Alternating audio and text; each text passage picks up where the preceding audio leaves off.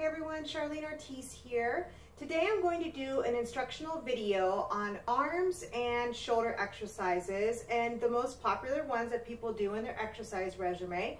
So I'm going to discuss a bicep, tricep, and shoulders. So we're going to be talking about bicep curls, tricep presses, overhead tricep presses, lateral raises, frontal raises. And I will revisit rear delts as well, even though I did some rear delt in my back workout. I'll do a really brief overview of the rear deltoids as well. So I just want to talk about the appropriate form and the most common mistakes that people make when they're performing these movements, and what movements I'm not really crazy about and what movements that I personally prefer. Okay, so first we'll start with the easiest one, which is probably the bicep curl. So the bicep curl is the most basic exercise that you can do. It's very simple, but regardless, it still is an exercise that can be done improperly. So I'm just using basic free weights. You can also use tubing, and I'll show you how you can use the tubing to do bicep curls if you want to do that. Okay, so for bicep curl, the first thing I do, of course, is I get into my neutral. My shoulders are back and down, my belly button staying pulled in nice and tight. And when it comes to a basic bicep curl, you just want to make sure that you're keeping your elbow in a stable position when you're doing your movement, as well as your wrist. You don't want your wrist bending back or curling in.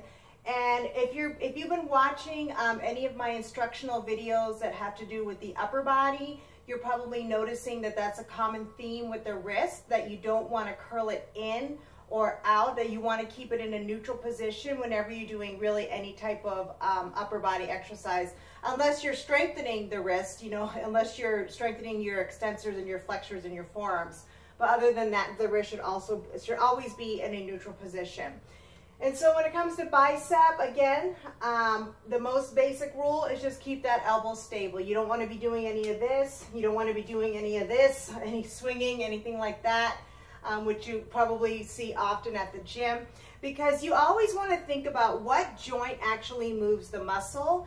And the elbow joint is the joint that actually contracts the bicep. So there's really no reason why any other joint should be moving when you're doing bicep curls. And that's true for pretty much any exercise that you do. Whatever joint is actually moving the muscle and that contributes to its contraction is the only joint that should move. So I'll just do a few more repetitions. Shoulders back and down. My knees are slightly bent, which is just my basic weight training stance. And again, I'm just doing the basic curl. Hammer curl is also another version that you can do bicep curl. It's a little bit more difficult than just with your hands in a supinated position with the hands facing up. The hammer curl is a little bit more challenging. And you can, do bicep with tubing as well. And so if I'm using tubing, what I'll do, I'll just step on the tubing. I'll try to make sure that there's an equal resistance on either side of the tubing, and then I'll just, do my curl with the tubing. And if you have, enough tubing, or the tubing is thick enough, you really can get significant resistance with tubing. If you guys haven't discovered that already, trying the workouts with tubing, you can definitely still get a good contraction. And you can also do, alternating. Again, there's so many different versions that you can do of the bicep curl, as long as the basic form is always appropriate. So, like for example, if you want, you could do like a combination of like a lunge and a bicep, whatever. And so again, there's so many different ways that you can incorporate bicep curls into other exercises in your workout regimen. All right, so that's just going to be basic bicep curl. Okay, the next exercise I'm going to do is just a tricep press. And first I'll start with the most basic one. So I'm just setting my tubing in the door here. Okay, and this door doesn't shut real well, so I'm not going to pull too tight on it. Okay, so with the tricep press, the most common way that people do tricep presses at the gym is when they use a rope on the cable machine. And that's the most popular way that most people will do tricep presses. One of the reasons I'm not crazy about that is because if you really want to get a great contraction for the tricep, you have to get a full range of motion in the movement. And if you're using just a basic rope, the kind that you'll find at the gym, like just the one that's just the normal size, often you're going to fall short in your extension, and you're not going to get a great contraction in that tricep, thus making it more difficult to really build the muscle the way that you would like to. And so if you're going to be doing this at the gym, what I'll usually do is just do one side at a time, either with just a handle, because you know they have these kind of handles on cable machines at the gym. So I'll either just do one side at a time with the handle, or I'll just take the rope and I'll just do the rope one side at a time, or I'll even, because obviously I'm not at a gym, but I'll clip actually 2 ropes, and then I'll kind of pull the ropes all the way through. And so the ropes are, you know, long, and then I'll have 2 ropes instead of just the one short, and then I can get a full range of motion.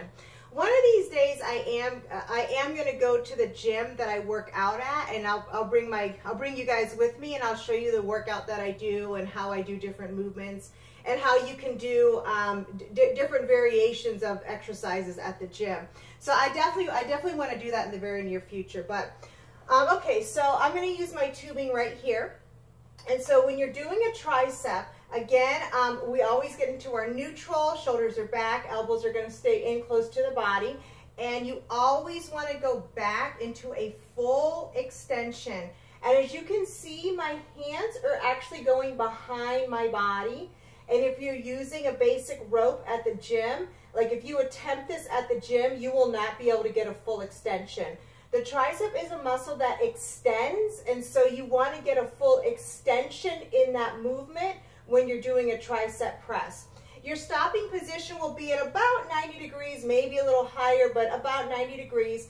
And again, my wrist is in a neutral position. You see how it's not bent like that? It stays in its neutral, and I just do a nice full extension. And I also personally like to do triceps often on one side at a time as well. I like to do a lot of movements unilaterally, and the reason for that is because most of us have strength imbalances that could come for a variety of reasons, whether it's just injuries or we're just right-handed and just do everything with our right hand or our left hand. But we all in general will have some level of a strength imbalance, and when you're doing exercises one side at a time, or you're like with the free weights, you know, they're both independent.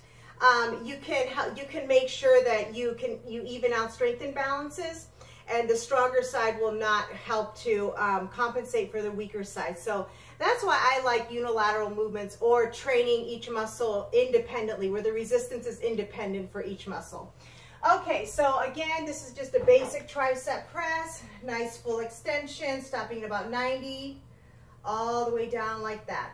And then I'm actually going to go on to the floor at the end of this video, and I'll show you like an overhead tricep movement you can do as well. Okay, so the next movement I'm going to go on to is going to be lateral raises and frontal raises, and we'll also go on to some rear delt. So for lateral raises, that's going to be working the medial deltoid, and the trapezius muscle will also work as a stabilizer muscle. And again, I'm in my neutral spine, knees slightly bent, abs are pulled in nice and tight. When you're doing your lateral raise, you kind of want to come out at kind of like a 45-degree angle. You're not all the way to the side, and you're not all the way to the front, because that's obviously frontal raise, anterior deltoid. But you go a little bit like at an angle, because that's where the shoulder naturally falls on your arm. And you want to follow the angle that the shoulder, that the muscle kind of naturally falls at. So that way you're going most effectively against gravity. So anyway, I don't know if that makes sense, but I hope that makes sense. But anyway, again, you're lifting up and you're going at like a 45-degree angle out from your body. And in general, you don't want to go beyond parallel, because that will cause nerve impingement in your shoulder, and nerve impingement can do damage. And if you're doing exercises where you're going like really high and you're going way beyond the appropriate range of motion, you will cause nerve impingement, and over time you'll start to feel numbness, like maybe going in your neck or down your arm, and you're not going to know what happened or where it's coming from. And it's because, again, you've been going way too high with your range of motion, and you cause damage to the nerve. So nerve impingement is really bad. Again, my wrist is staying in a neutral position, and again, I'm stopping just about at parallel to the floor. Okay, so that'll be for your medial deltoid, which falls right about here. Now for the anterior deltoid, frontal raise will be the appropriate movement for that. And there's different ways to do it. You can do it with the hands pronated, where the palms are facing down, and some people will do it where the hands are facing each other, parallel to each other. Okay? And again, you want to make sure that you're always staying parallel to the floor, that you don't go beyond parallel. Okay? And so the last one is going to be a rear delt fly. And I've already done this one before, again in my back videos, but I'll re-demonstrate. So for the rear delt fly, the tricep muscle is going to be an accessory muscle to this movement. And obviously the rear delt will be the primary muscle engaged. And so I'm just going to do a basic bent over position just because I have my free weights. So if you are going to do it in a bent over position, especially if you're not leaning on a bench, you want to make sure that you really are in a good neutral spine. The most common tendency is going to be this, okay? So you want to make sure that you're maintaining a good neutral spine with that natural, just the natural curvature in your back, because we all have a natural curvature in our low back, which is our neutral spine, and our shoulders are going to stay down and our chest is kind of slightly popped out. Okay, so with the reverse fly, you're going to start about level with your legs, and then you're going to bring it all the way out to the side, just like that. And I do not bring it all the way together, and the reason is because that will give you more momentum, which will take away some of the strain from the muscle. So you want to try to avoid using momentum. So if you start, you know, with your hands kind of lined up with your legs that are about hip width apart, you'll realize that the muscle will have to work harder.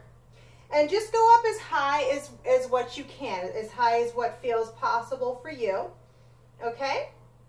And whenever you're doing like a lateral raise or a rear delt fly, even a frontal raise, in general, you're just not going to ever be able to do a whole lot of weight. It's just the nature of the movement, and it's the nature of the muscle. Because if you think about it, these are, you know, not very large muscles. If you compare these to your lat muscles or your rhomboid or your pectoralis muscle, they're quite small. So you're just, in general, you're not going to be able to get a whole lot of weight when you're doing these exercises. So that will, for the most part, always be the case. And then the next is going to be a rear delt row. And again, I'm just going to do this and you can also do it with the cable, because again, this tubing doesn't shut very well in the door, but you can do it with the tubing, you know, in this position right here. And when you're doing a rear delt row, again, you want to make sure that wrist stays in neutral, the arm staying parallel to the floor, and you're going a little bit behind the body to really get a full contraction. When you're doing a rear delt row, you'll get a little bit more engagement of the rear delt because the tricep is not going to be as involved, and so it'll get a little bit more of a contraction with the rear delt row. But I still like both exercises. So if we're going to be doing it in a bent over position, again, it's going to be the same exact rules. So you're going to hold the weights a little bit more in front of you, and then you'll bring it out to the side like that. And remember, you're still keeping your shoulders down and relaxed. And I'm just going, you know, back behind my body, just as far as what my arms will go, just so we can get a nice full contraction in that rear deltoid. Okay, so those are going to be your basic shoulder exercises. One exercise, and I want to make sure I don't forget to mention this, because in my lower body, my instructional lower body workout, one thing I forgot to mention were squats on the Smith press and why I don't like squats on the Smith press. And I'm actually going to do a separate video for that. But one exercise that I did want to bring up when it comes to shoulders are upright rows. I learned years ago that upright rows are actually a horrible exercise. And the reason is because when you do an upright row, because your scapula is kind of internally rotating when you're doing the movement, it causes nerve impingement. And it's not a natural movement. It's just not a movement we're supposed to do. So upright rows, again, could cause nerve damage that over time, again, if you keep doing the same movement, you could start to cause damage to the nerve and start to actually, you know, feel tingling sensation, again, going down your arm, and you don't really know what it's coming from. And so another thing too, when you think about an upright row, it's not a natural movement that we do in everyday life. So when it comes to a lot of movements and exercises that you incorporate in your exercise regimen, you want to think, is this a movement I would naturally do in everyday life? And if it's not a movement you would naturally do, it's probably not a movement you should be doing at the gym either. Like when I mentioned with my instructional video for back exercises, when I talked about lat pull down, like when in your life do you ever, you know, do any type of movement like this? It's just, you know, we don't do any type of movement really in life where this is kind of a natural thing for us. But however, you know, if you say you have a child or whatever, and you're lifting your child, playing with your child, or you're lifting a box from the attic and you're pulling it down, like that is a more natural movement. So again, in general, if it's not a movement you would naturally do in everyday life, it's probably not a movement you should be doing at the gym. So no upright rows. There are so much better ways to train the muscles, to train the trapezius, to train the medial deltoid, to train the anterior deltoid and rear deltoid. There's so many ways that are so much better that you definitely, if that's incorporated into your workout right now, definitely take upright rows out of your workout and never do them again. Okay, so real quick, I'm actually going to go onto the floor and I'm going to demonstrate some overhead tricep work that you can do. Okay, so now I'm going to end with the basic overhead tricep movement, and I'm going to do it laying down, although there are ways that you can do it standing up as well, but I just like to do it laying down. That's one of my preferences, but you can also do it standing up. And remember, as I've said in all my instructional videos, I'm just demonstrating how to do these movements in the most basic form. And as long as you understand the basic form of the movement, when we move on to more advanced ways or different variations of it, you'll feel comfortable doing the movement in more advanced forms and different ways because you understood how to do it in the most basic form in the beginning. Okay, so overhead tricep. So I'm just going to lay down, and I have my weights right here next to my head. And I'm going to demonstrate one arm at a time, and I'll also demonstrate two arms at a time. So when you're doing the overhead tricep, I personally will take my arm and put it a little bit at an angle so it's not completely in alignment with gravity. So that when I end my extension, that if I'm back just a little bit, my tricep will get more tension. It'll get more of a workout, more strained, because I'm not in alignment with gravity at the end of my movement, okay? And so as you can see, I have my head here on a pillow, and the only reason for that is just to demonstrate for those of you who have really, really tight shoulders, and I know I've talked about this in other videos. If you have really tight shoulders and your neck tends to go back, you know, when you're just laying down flat, using a pillow will help to neutralize your neck. So that's the only reason why I'm using a pillow right now as I'm laying down. So, okay, so overhead tricep, again, I'm going at a slight angle with my arm, and I'm bringing it back to a little bit less than 90-degree angle, and then I'm going to do a full extension. So just like when I talked about with the tricep press, you always want to make sure you do a full extension with the tricep to really get the maximum benefit out of the exercise. Another thing too, you want to make sure your elbows stay rotated in. So I'll do a little frontal sitting up view here. And so when you're doing it, you don't want your elbow out to the side. And again, this isn't the most basic form. There are versions where you can move the elbow around a little bit, but I might include those in future workouts. But again, in the basic form, You want to make sure that the elbow stays rotated in. And what that's going to do, it's going to take the shoulder out of the movement, okay? So again, this is what I'm talking about where my elbow is rotated in, and you want to try to rotate it in as much as possible. All right, so again, laying down with my overhead tricep movement, I'm at a slight angle, my elbow's rotated in, and I'm doing a nice full extension as I do my movement. Okay, as I bring it down, I breathe in. As I extend, I breathe out. And that's your breathing pattern. Now, when you're doing your overhead tricep laying down, you still want to think about your neutral spine and keeping your back down, because the most common tendency is going to be this. As soon as you elevate your arm behind your head, you're going to want to arch your back, and again, that's just a natural tendency. So you're still going to have to use that transverse abdominis and really pull that belly button in nice and tight to make sure, again, that your low back is supported and anchored and that you're not arching your low back, okay? So I'm going to do this with, so if you do one side at a time, you can use the other arm to kind of spot you and to help keep the arm in place. And so again, this arm right here is just kind of, I'm kind of using it to assist me to keep my elbow in the appropriate position and making sure that it is rotated in. And not only that, you don't want your arm to come forward like this either. Okay, so the same with the bicep curl. The elbow joint is what extends the tricep. The shoulder does not,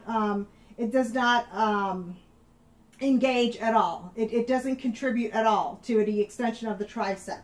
So again, the shoulder joint should not be moving at all. Okay, so again, that will be your overhead tricep in a laying down position. And you can also do it with two weights. My other weight. All right, here it is.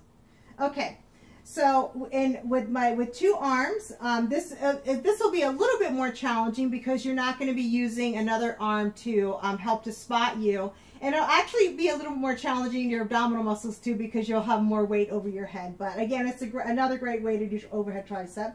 So again, my elbows are rotated in. I'm bringing it down to a little bit less than 90 and a full extension just like that. And you can also do this at the bench, you know, when you're at the gym as well, okay?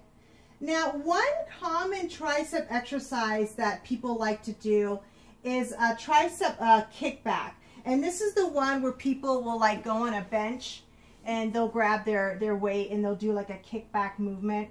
And that's okay. It's an okay movement, but again, it's not my favorite movement because I just don't really like the position, and I don't feel like it's really lined up with gravity as effectively as it can be. So I'm not crazy about the tricep kickback. I much prefer a tricep press. I much prefer an overhead tricep.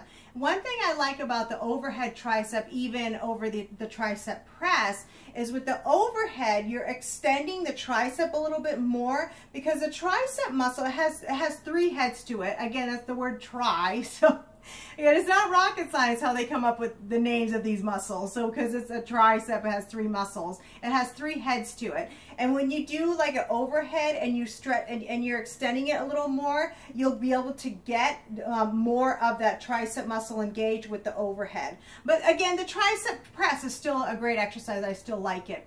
Another tricep exercise I've never been crazy about is the tricep dips. And that's the one, you know, where you have your arms.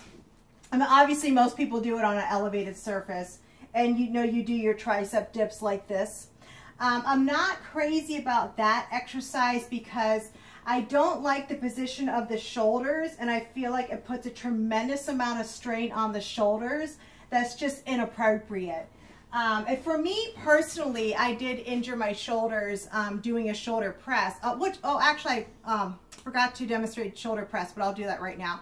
I did injure my anterior deltoid years ago doing an overhead shoulder press because I was trying to impress somebody and I ended up hurting myself. So anyway, I learned that lesson the hard way. And so again, tricep dips, especially if you have shoulder injury, do not attempt tricep dips because you're just going to irritate it and you could actually rip the shoulder, you could injure it. So Again, if you are someone who does tricep dips and you don't really feel any significant pain or discomfort from it, then you know, it's okay, but it's just not one of my favorite tricep exercises. So just keep that in mind, that an overhead tricep, a tricep press is they're still wonderful exercises to really engage your tricep without sacrificing or putting your shoulder in any danger. So real quick, I'll just do an overhead shoulder press, since I forgot to do it when I was demonstrating the shoulders. So with the overhead shoulder press,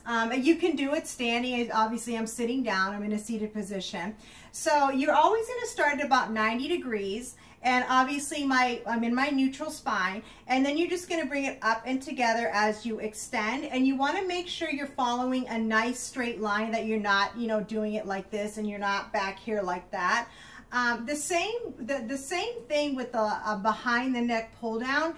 I do not like behind the neck shoulder presses either. Again, because it just puts the anterior deltoid in a very compromising position, and it makes the exercise more dangerous. And when a muscle is stretched out too much, again, at some point it's just not going to engage as effectively. So that's why I much prefer doing shoulder presses in front of the body as opposed to behind. And again, you'll stop it parallel, bringing it up and together. Now, if you're going to be doing this movement standing up, I'm not going to stand up because I'll kind of disappear out of the camera, but I'll just demonstrate in this position right here.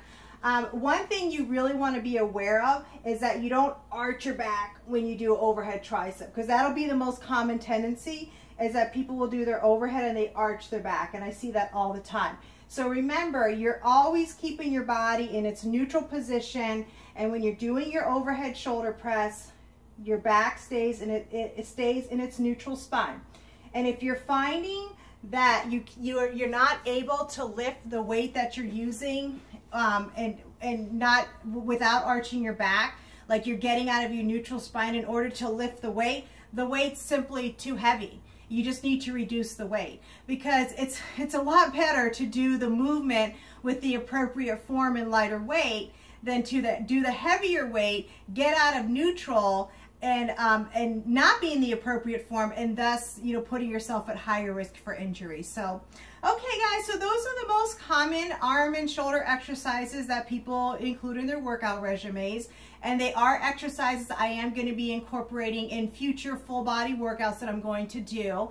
And the next full body circuit training workout will definitely be up in the next couple days. I've already filmed it. All I have to do is just edit it and get it uploaded.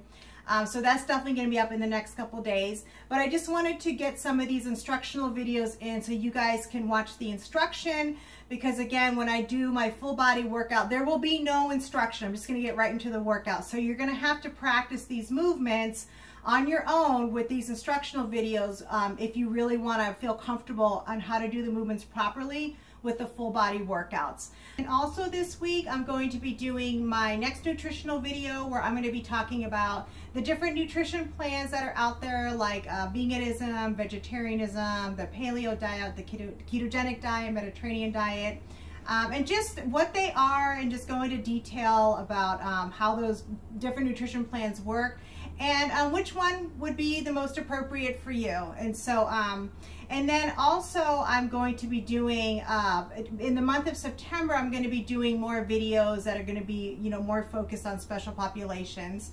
And I did get a personal request on how to do, how to strengthen your hip after a hip replacement. So I will be doing that in the next week or two. And I'm also going to be doing a video on muscular dystrophy, because that was another personal request from someone. So if you or a loved one suffers from muscular dystrophy, I am going to be doing a video on different exercises and things that you can do just to help you to deal with the symptoms and just the different challenges that come from having muscular dystrophy. So, okay guys, once again, if you have any questions, please make sure that you comment below. If I wasn't clear, I need to elaborate on something, definitely let me know, and I'll be more than happy to make sure that you're comfortable with what I went through today. So, all right, guys, once again, thank you so much for your time and attention. I always appreciate it. If you enjoyed the video, definitely make sure to hit a thumbs up and subscribe so you can continue to get great content and information to help you reach your health and fitness goals. And remember, take care of yourself, protect yourself physically and emotionally, and don't forget, your health is your most valuable asset. Invest in it. Bye-bye.